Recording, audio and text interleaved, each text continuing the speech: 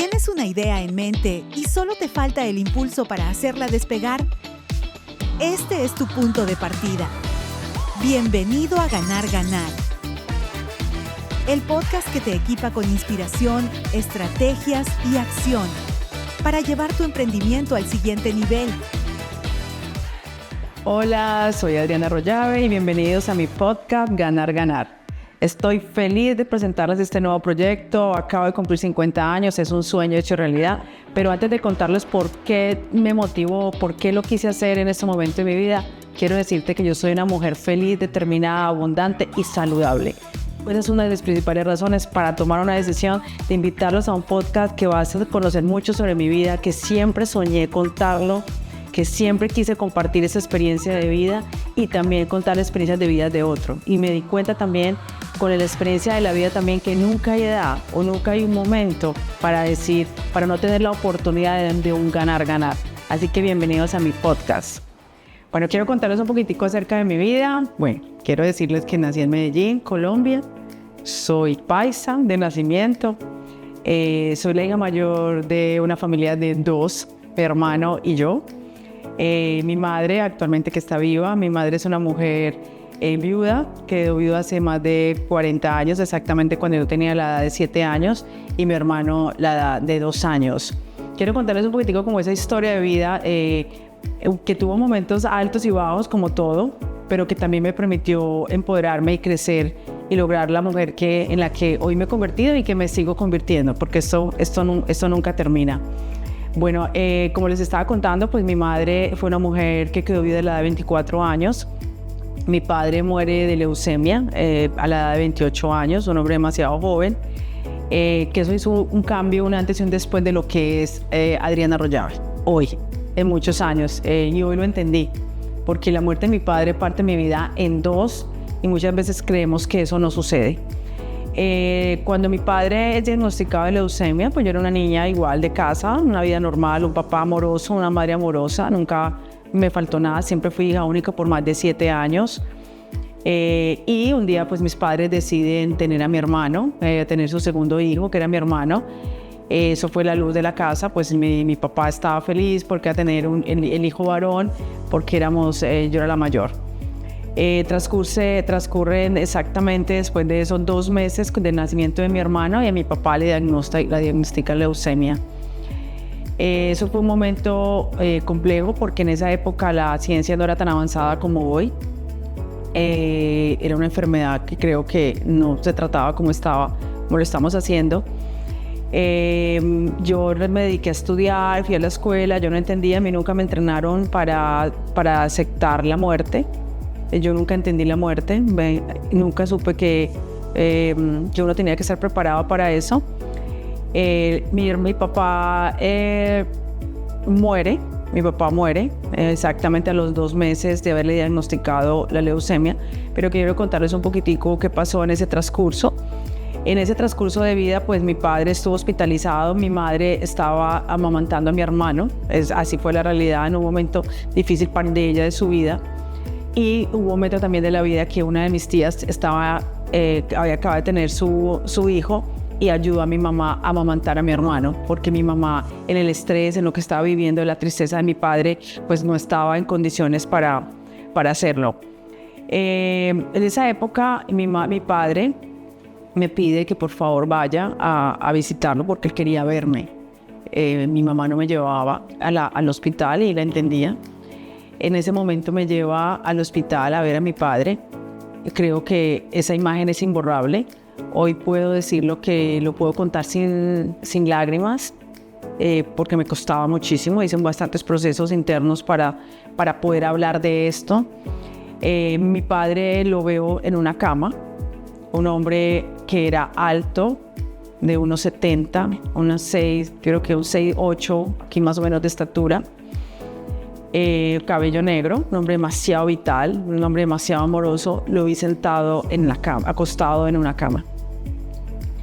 Y de color blanco, nunca olvido su piel, era demasiado blanca, pálida en ese momento por la enfermedad. Y él me mira a los ojos, mi papá nunca me pudo hablar. Él nunca me pudo decir de pronto lo que me quería decir porque él no tenía ánimos para hacerlo. Sin embargo, yo al verlo ahí acostado, recuerdo que mi padre le pedía a mi mamá que me fuera porque no aguantó el dolor de verme y yo sin entender él se estaba despidiendo. Eso para mí, entenderlo en los años, causa un bloqueo en mi vida porque yo dije, mi papá, yo nunca me despedí de mi papá porque yo no sabía que él iba a morir. Y yo, ¿por qué me sentí culpable? Tal es así que mi padre, estaba yo en la alcoba de mis abuelos con mi hermano, justo la cuna de mi hermano estaba al lado, llega uno de mis tíos, de mis hermanos de mi madre, y me dice, venimos, Adriana, a decirte una noticia. Y me dice, tu padre ha muerto, tu papá se murió. Yo recuerdo que lo que tengo de memoria, yo no lloré, porque yo creo que para mí eso era como un sueño, porque un hombre bueno, un padre amoroso, un padre dedicado a la casa, un hombre sano no se podía morir, porque solo se mueren los malos. Y entonces creo que yo aún así como que no me lo creía, y mi hermano al lado, esa imagen es imborrable. Hoy la hablo como si lo estuviera viviendo en ese momento, pero con perdón y con aceptación. Pues obviamente hacen todo el proceso de velar a mi padre, que en mi país pues se usa llevarlo a un centro, un lugar de velación donde la gente va y lo visita, y está, digamos, la caja, la caja donde está funeraria. Yo llego, voy justo con mi familia, mi hermanito se quedó, en la casa con mi madre. Cuando yo llego allá, pues había demasiada gente. Mi padre tiene una familia muy grande, que era su familia, la de mi madre, los amigos, etc. Y yo recuerdo que yo nunca vi a mi padre, ni siquiera abrí la caja ni nada, porque, yo no entendía. Y lo único que hice fue reírme y contar chistes. Yo me la pasé con unos primos que eran mayores y yo me reía y contaba chistes. Para mí eso era como una fiesta. Pasa al siguiente nivel, que era ya llevar a mi padre pues al entierro. Y mi madre nunca nos ha llevado a eso. Ella siempre ha tenido un respeto por eso, pero ella siempre dice que eso es, como decía, eso es traumático, y ella siempre quiso que dejáramos el recuerdo que yo ya tenía suficiente con haber ido al hospital. Tal vez si yo no hubiera ido al hospital, tal vez nunca hubiera visto a mi padre en esa imagen que es imborrable. Tal vez nunca hubiera sentido culpable por no haberme despedido de él, pero con los años entendí que eso lo tenía que vivir para ser la mujer que hoy soy, o para ser ese ser humano en el que me convertí. Eso lo tenía que vivir. O sea, no había otro momento no iba a pasar nada diferente a eso. Después de tanta risa, de tanta charla, de tanta tatá, como digo yo, de tanta juaguá, llego a mi casa. Creo que ahí es donde yo sentí la ausencia, como que esto era real. También sentí cómo perdí mi hogar, cómo perdí mi casa, cómo perdí mi espacio, cómo yo estaba con un padre y un día amanecí solo con mi mamá y mi hermano. La familia de mi madre, pues obviamente al ver mi mamá, su única hermana y su única hija viuda, pues le ofrecen su casa para que nosotros nos vamos a vivir con ellos, porque pues, era una mujer sola y mi mamá era una mujer ama de casa. Mi mamá realmente no trabajaba, estaba dedicada a cuidarnos. Pasa que en ese momento nosotros vamos a vivir por muchos años a la familia de mi madre, por muchos años. Yo tuve muchas dificultades en la escuela donde estudiaba, muchas dificultades. Eso me generó una inestabilidad emocional. Entendí después, con los años, que eso me fortaleció, porque me hicieron mucho bullying, porque en esa época no entendían el dolor de un hijo cuando pierde un padre. A la edad de 6 años, yo solo tenía 6 años, estaba en segundo de primaria.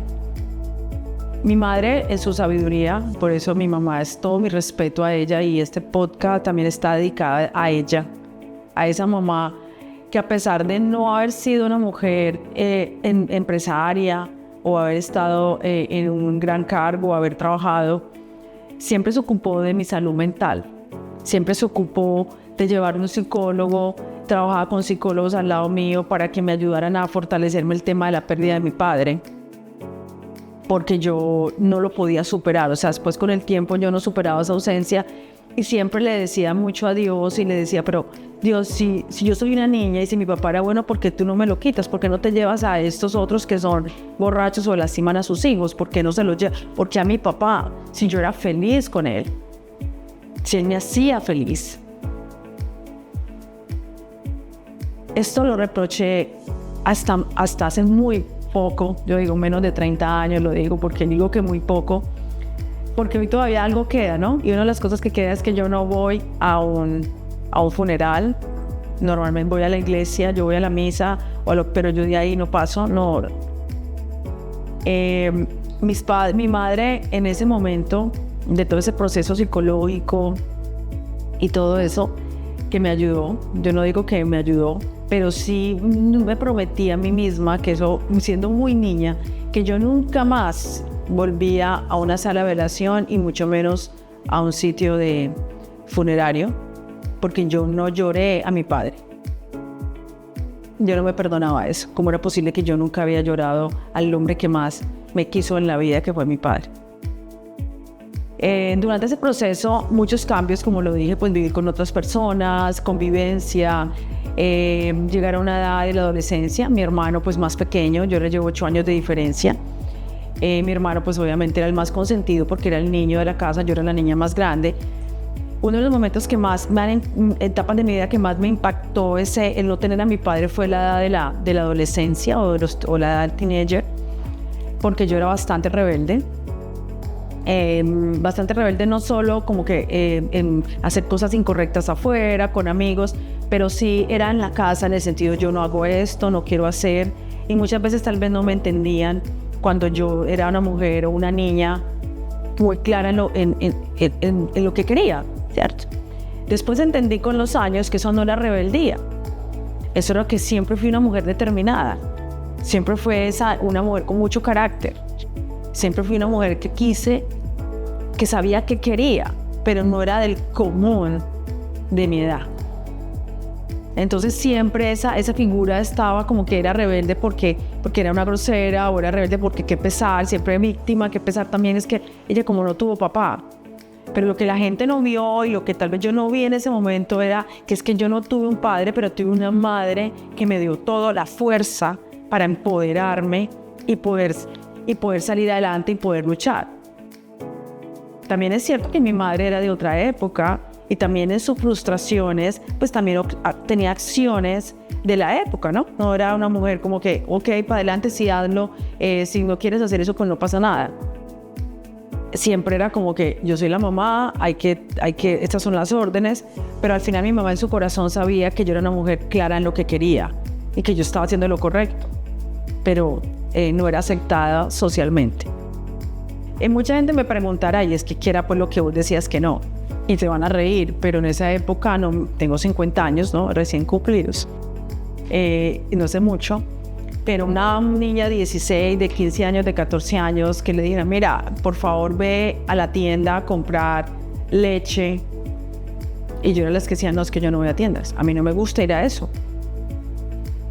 O decir, ¿por qué no cambio esto por eso? Si a mí me gusta esto, pues déjenme hacer esto. No, siempre estaba, hay que hacer esto porque yo soy la mamá, o porque yo soy el mayor, o porque yo soy el tío, o porque yo soy el abuelo, o porque etcétera, etcétera, etcétera.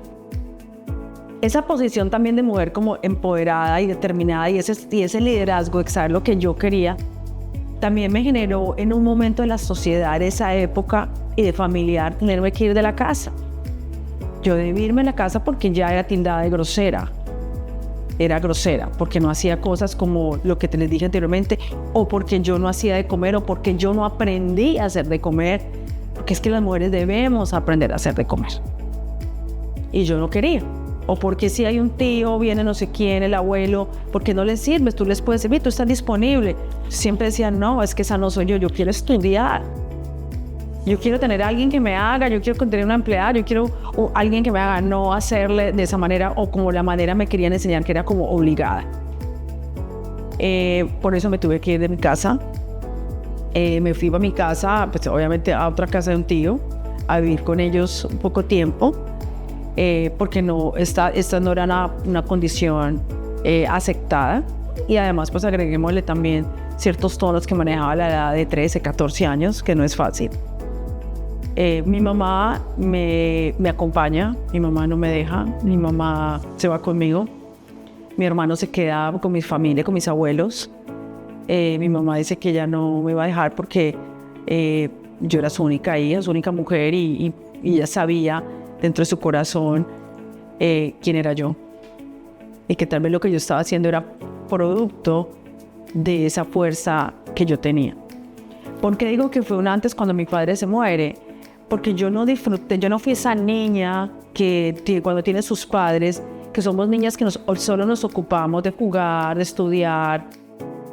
Obviamente muchos viven experiencias difíciles con sus padres también, ¿cierto? Discusiones, otro tipo de cosas, yo no digo que no, pero estoy hablando de una niña en un hogar normal. Yo nunca viví eso, yo siento que cuando mi padre se va, es como que a mí la vida me da un giro de 360 grados y no solo desde físico, porque físico fue mucho, ya lo cuento más adelante, mental. Entonces lo que una niña veía como niña, yo lo veía con un estado de madurez más alto. Era ambas.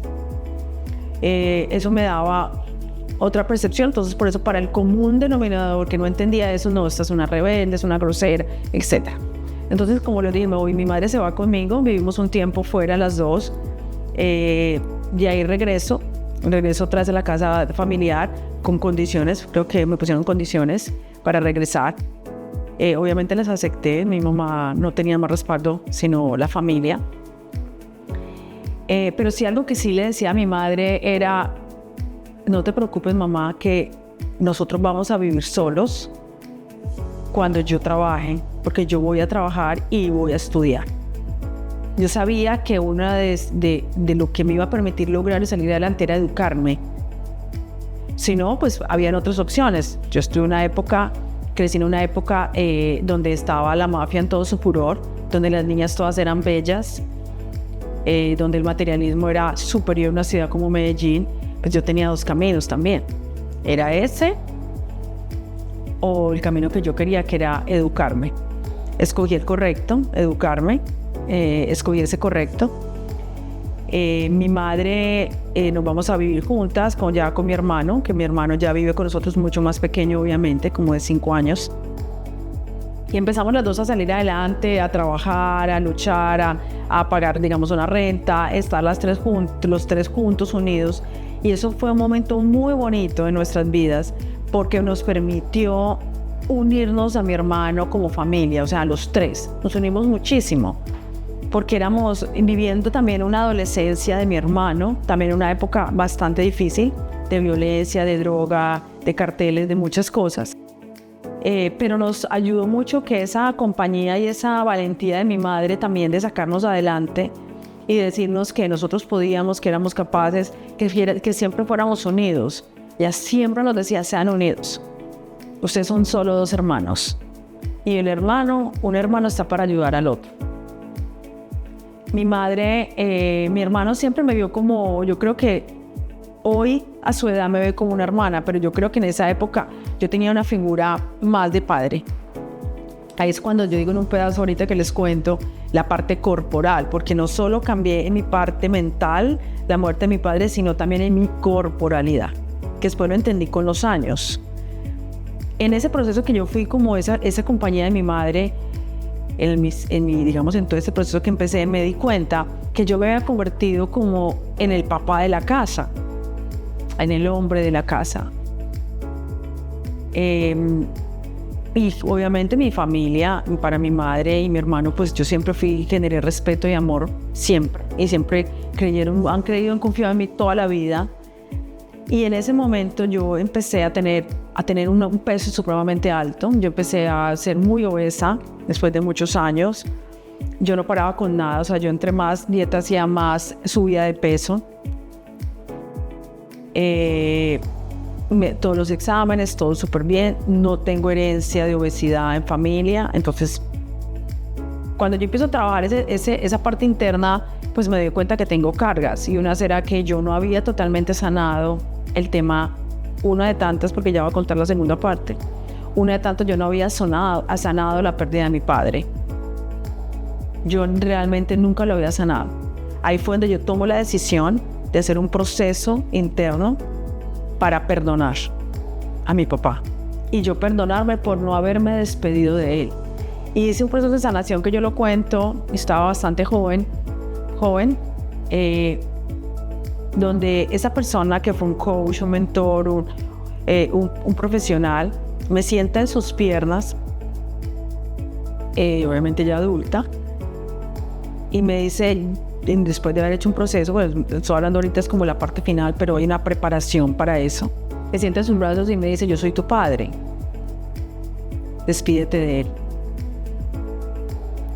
Cuando yo me siento en ese momento y yo lo veo a él, a mi padre, yo lloré y lloraba como nunca en la vida había llorado. Porque para mí ese tema no se podía tocar porque yo ya estaba de lágrimas. Ciertas canciones no se podían tocar, como canciones como Amor Eterno, y no, eso para mí, yo lo escuchaba y la gente le decía, por favor apaguen eso. Estoy hablando de una adultez, no niña, porque un niño no puede ni siquiera expresar esas cosas. Y él me hace ese proceso y me dice, despídete, y yo hago lo que les cuento. Yo sentí que mi vida me cambió, yo sentí que yo sané, yo sentí que yo solté y le pude decir a él lo que nunca lo pude hacer. O sea, era algo que me carcomía. Y él hacer también su proceso, él me dijo lo que tal vez mi padre hubiera querido haberme dicho. Que también yo decía, ¿por qué nunca se despidió de mí si yo era su única hija? Si yo era su bebé. Si yo era esa niña que él me respetaba y me amaba. ¿Por qué nunca se despidió de mí? En esa sanación descargué, siento que descansé. Pero adicionalmente empieza todo el tema, como les conté, del peso. Empecé a subir de peso, yo no bajaba de peso, yo cada vez era más obesa. Y no entendía por qué. Obviamente también hay otros temas como alimentación, pero había un tema de ansiedad en mi interior. Pero la ansiedad no es como tal vez muchos jóvenes de hoy lo pueden expresar. En esa época tú podías tener lo que pasa hoy, pero nadie lo entendía. Porque esa palabra no existía, la ansiedad no existía. Yo tenía ansiedad y una de las ansiedades era comerme las uñas, otras ansiedades era comer no en cantidades, porque la ansiedad no solo se mide cuánto te comes, sino cuánto picas. Y eso con picar es como aquí, como allá, me llenaba con cualquier cosa, malos hábitos en el sentido de horas, no necesariamente tienes que hacer que te comas todas las hamburguesas, que esa no era mi caso. Pero en mi interior había mucha soledad y mucha tristeza. En la siguiente fase de mi vida hago otro proceso interno. Realmente ya estaba casada, porque en ese proceso entra mi esposo, el que es hoy mi esposo. Llevamos 25 años de casados y era mi mejor amigo de la universidad. Él fue un gran amigo para mí y lo es hoy todavía. Juan, lo quiero muchísimo y ha sido un parcero de vida, como decimos en mi tierra, parcero de vida. Ella ha vivido todo, porque ha conocido la historia y la vivió desde muy temprano, porque cuando vivía con mi familia, con mi hermanito pequeño, pues él prácticamente fue como un hermano mayor para él. Y en ese proceso que yo vuelvo a hacer de coaching, me acuerdo que trajo un coaching ontológico y biocoaching a través de una compañía que yo estaba y me invitaron. Me dijo, bueno, vamos a hacer entrenamiento y me gustaría que fueras. Mi esposo también la compañía donde trabajaba, también lo había invitado. Cuando eso estaba como en furor y en moda, el coaching ontológico, el biocoaching, también estaba el tema de PNL, eso estaba en su momento en el boom, que aún sigue siéndolo, pero cada vez se van mejorando muchas cosas. En ese momento, cuando yo estoy haciendo ese proceso de coaching, hacemos un cuadro que son como las 5 dimensiones de tu vida, como estás en la salud, en el amor, en la alimentación, en el trabajo, en la pareja. Bueno, hay varias dimensiones. Bueno, y cuando lo voy a hacer, pues obviamente me di cuenta que en mi parte física estaba perdida. Hubo una segunda parte que me dice, bueno, ¿tú a quién te pareces? Entonces hacen como un gráfico y me dice, ¿qué tienes de tu mamá? ¿Qué tienes de tu padre? Cuando yo hago ese esquema, obviamente eso es un proceso largo, no te voy a decir que eso pasó en 3 días, o pasaron 2 fines de semana de encontrar esa balanza. Yo me doy cuenta que mi corporalidad obedecía a ser el papá de la casa. Yo era la representación de mi padre en vida. Y mi papá no era gordo, era un hombre flaco. Pero yo representé, porque la figura paternal también ha cambiado, pero en esa época, o puede que todavía existan muchas personas, es un hombre fuerte, la obesidad se representa en fuerza, en que era grueso, alto, fornido, respeto. Eso es lo que se representaba, y esa figura física mía era esa representación. Cuando yo entendí eso me pegó muchísimo, porque eso no se iba a quitar con solo identificarlo. Pasaron muchos años, me demoré muchísimos años, pero había cosas que yo tenía que soltar a nivel familiar, para yo poderme decir, ok, yo soy la hija y la hermana, no soy el papá. Pasaron muchos años, la obesidad no bajó, siempre estaba, creo que peor, pero era un trabajo que yo tenía que hacer y tenía que identificar. Ya la tenía identificada, solo que no sabía qué hacer con eso. Porque eso estaba adentro de mí, y en todo lo que hacía. Además, yo era el apoyo para mi madre, el apoyo para mi hermano, ese compromiso, además, ese compromiso que uno tiene, sobre todo cuando uno es latino. Siempre ayudar a sus padres, nunca abandones a tus padres, siempre ayuda a tus padres, ayuda a tus hermanos, y mucho más cuando tú eres la hija mayor. Entonces tú tienes ahora uno le llamará compromiso, amor, pero en esa época era tu responsabilidad, era tu deber ser. Y así por muchos años lo hice. Es más, me caso con mi esposo, que como lo dije ahorita, con Juan. Seguí estudiando, yo me preparé, hice mis 2 carreras, trabajé en muy buenas compañías. Seguí, al casarme, pues yo seguí con mi compromiso familiar, y eso siempre fue negociado con mi esposo. Dije, yo me caso contigo, pero estas son 5 cosas que no negocio, y entre esas 5 cosas estaba el apoyo a mi familia. Todo lo que tuviéramos lo podíamos compartir, el dinero lo podíamos compartir, podíamos hacer los gastos que tuviéramos, pero ese tema familiar era intocable y no medible ni preguntable. Entonces, también es increíble que cuando yo ya me caso y me empiezo como mi hogar, como lo dije ahora, yo vengo a representar también esa masculinidad en mi hogar, en mi pareja. Y la gente dice, ¿cómo así? ¿Si te gustan los hombres? Sí, a mí me encantan los hombres, pero yo era el hombre en la relación. Y mi esposo, aunque no vaya a ser mal interpretado, era la mujer en la relación, porque era el hombre en ese ser como delicado, femenino, en el sentido que le gustaba la decoración, que para nosotros eso es de mujeres. La decoración, la belleza, el poner una matica acá, un cuadro acá. No, eso es de mujeres. El hombre que haga eso, entonces está en otro momento, ¿cierto? Clasificado. No, en mi casa era diferente. Eso tampoco lo entendí ni en los primeros años, ni en los 2 años, no. Después de muchos años, yo entendí quién era yo en mi hogar, qué representaba, y seguía trayéndome esa masculinidad en mi casa. Y la masculinidad no se medía en que era brusca, ni cómo me vestía, ni que tiraba muebles, ni que cargaba pesas para ser hombre. No. Era representado en lo que a mí me gustaba. Por ejemplo, a mi esposo le encantaba hacer de comer, por ejemplo. Estoy hablando de esa época. Hoy es distinto. Él le encantaba. Yo odiaba eso. Cosas como, por ejemplo, a mí no me gustaba planchar.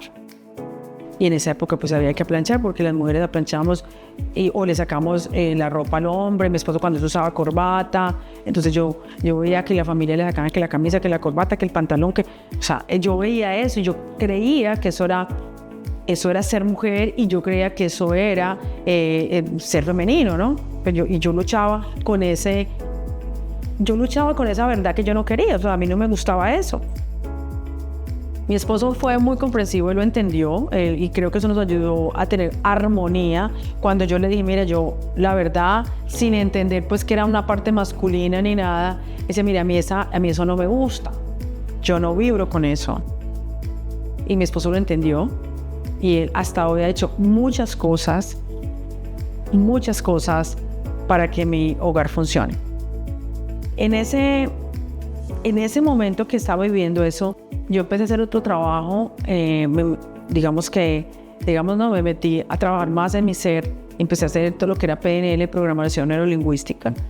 Estuve en varios entrenamientos y en una de las tantas cosas que aprendí,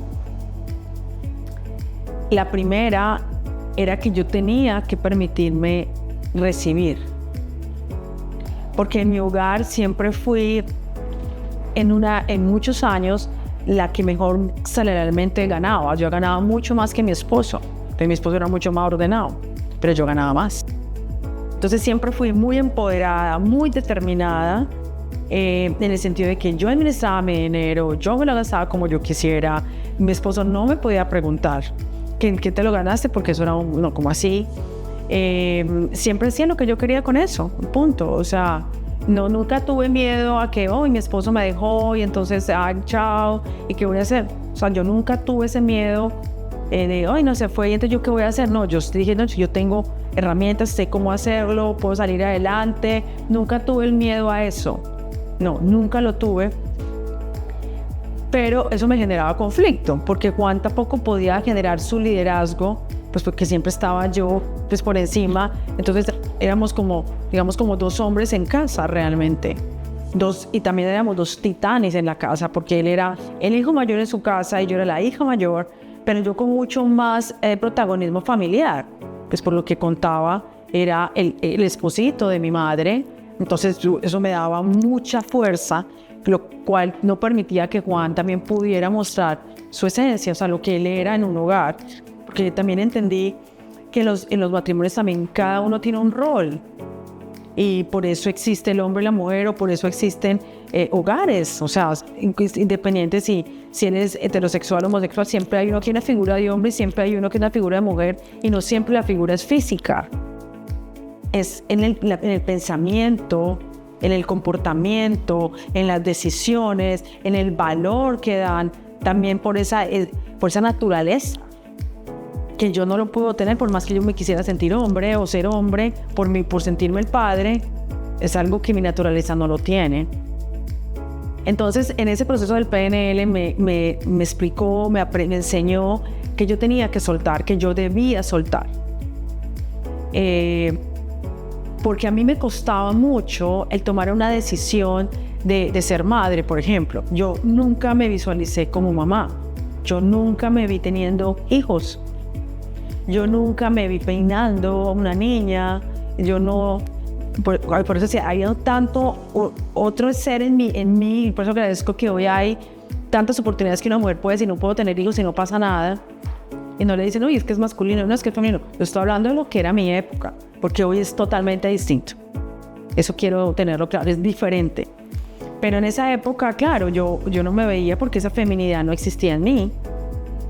Entonces yo no me veía con vestidos maternos, aunque yo me ponía vestidos, pero llegaba a punto que ya trabajo con corbata, con el pelo con gomina o gel, o sea, pero me gustaban los hombres, ¿cierto?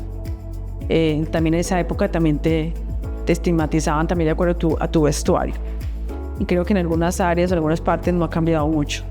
Sí, creo que sigue eso ahí.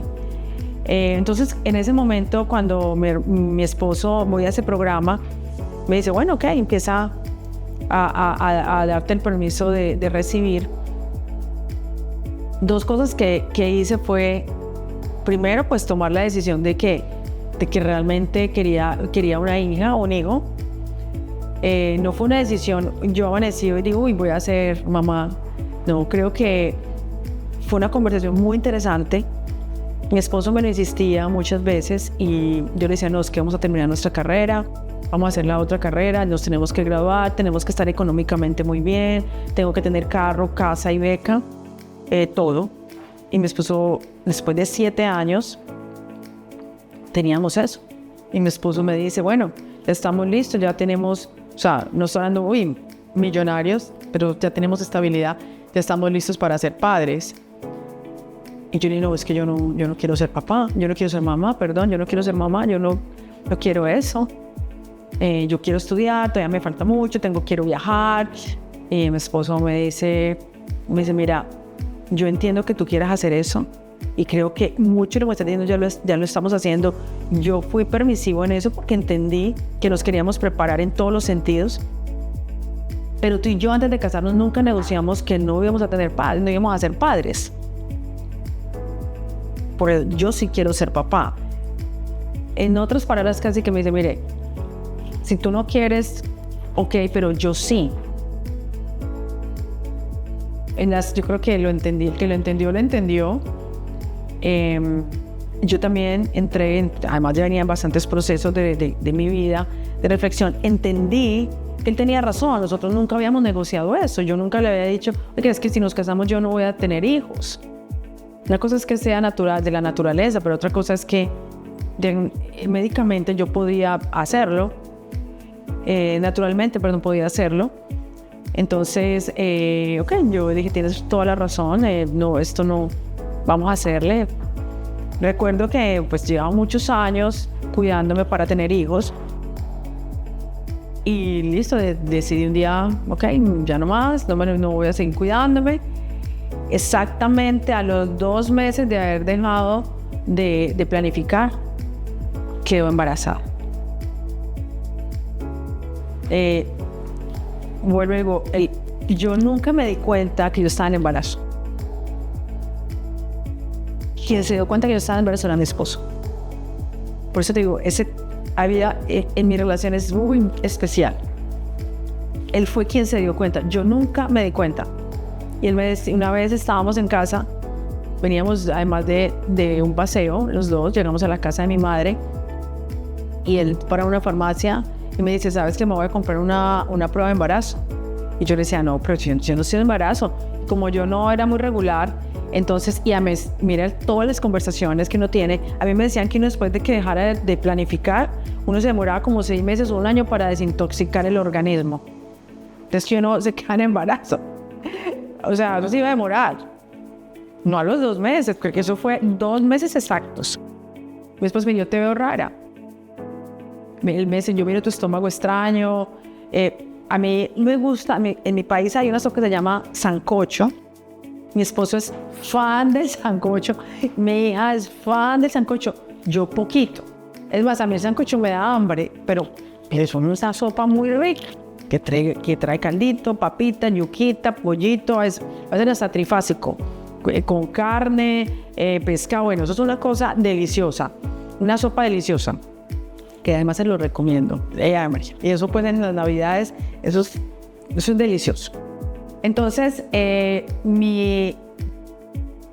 día me hacen un sancocho, yo me lo comí todo, o sea, yo creo que es la primera vez en mi vida que yo me como un sancocho entero, o sea, y recuerdo que mi esposo en la mesa me miró y me dijo, ¿te comiste todo el sancocho? Y yo le dije, sí, estaba tan bueno, y él como que dijo, esto no es normal, esta mujer está en embarazo. Pues así que con la prueba, él dice, ve al baño, hazte la prueba. Y yo con mucha pereza, literal, yo no, sí es pues que siempre con las bobadas le decía yo, ¿qué voy a hacer yo en embarazo? Pero él percibía lo que yo supuestamente, como siendo mujer, yo debería percibir. Y eso es lo que me encanta de mi relación de pareja, porque fue como un ganar-ganar. O sea, él me complementa en lo que yo no tengo. Y no me hace ni mejor ni peor mujer, ni el mejor hombre o peor hombre, por ser diferentes. O cuando uno descubre que esa pareja tiene cosas que te complementan. Y a veces cosas que son lógicas o comunes, y hay otras que uno tal vez no pueda entender, sobre todo en esta conversación que estoy haciendo. Pero para mí ha sido ese ganar. Entonces mi esposo en ese momento, claro, ya la prueba, salgo de la prueba, qué positivo, pues todo el mundo gritaba, como una felicidad, no me imagino. Yo no digo que no puedo ser feliz, pero a mí me dio mucho susto, porque ahora bienvenida, ahora sí eres mamá. Viví todo mi proceso de madre, no fue fácil. Lo viví y llega, y de ese proceso nos damos cuenta que es una hermosa mujer. Y dije, wow. O sea, es una niña. Yo no lo podía creer. No lo podía creer porque cómo la vida me había dado mi complemento, lo que yo necesitaba. Y en ese momento, ¿por qué lo digo? Porque yo fui una niña que nunca jugué con muñecas. Yo nunca jugué con Barbies. Es más, mis primitas eran súper muñequeras y me acuerdo que me invitaban a jugar y ellas saben lo que yo sufría porque me ponían a jugar muñecas. No me gustaba, a mí no me gustaba, era correr, jugar fútbol. En esa época no tanto fútbol, pero correr un balón, jugar al escondidita, en esa época que jugaba con los niños. A mí me encantaba eso, pero no me dejaban porque eso no era de niñas. Eso era juegos de niños, y a mí me encantaba eso.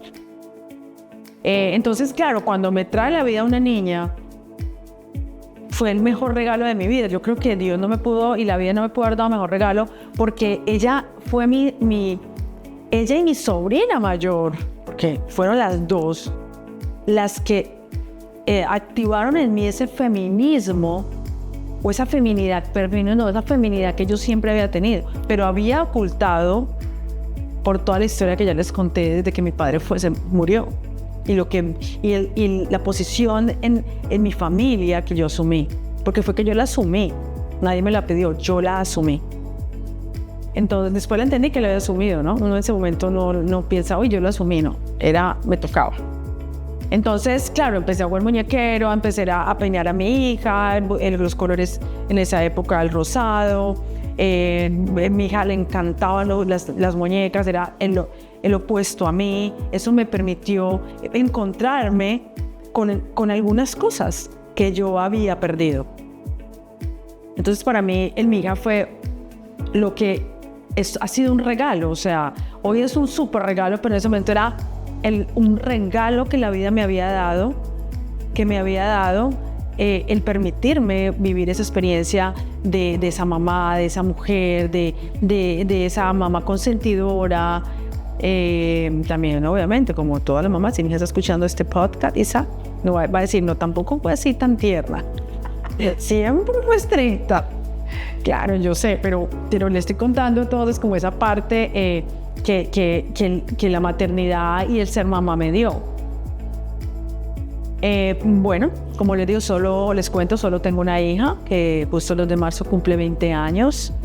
Entonces la gente dice, bueno, si te gustó pues tanto y te activó esa feminidad, ¿por qué no tuviste más?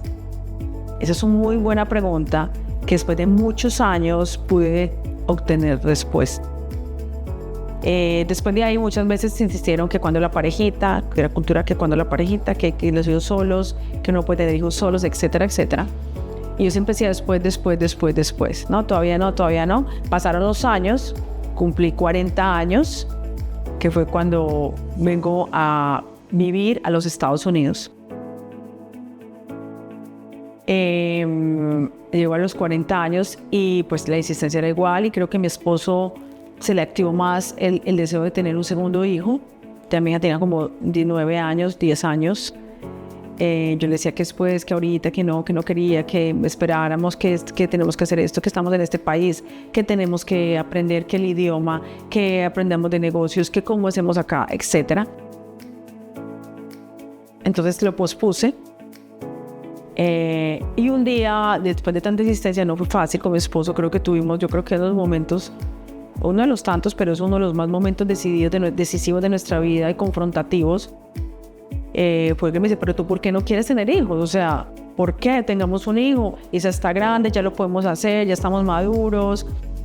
Y yo le di varias respuestas, y una de las respuestas fue que él es el mejor hombre para tener un hijo, porque es un excelente compañero para apoyarte en todo, en los cuidados, en la atención, en la educación, en ser tu partner, tu amigo, tu partner para criar tus hijos, tu hijo. Es la mejor persona. Y yo creo que en eso yo nunca me equivoqué. Yo elegí la persona, el mejor padre para mí.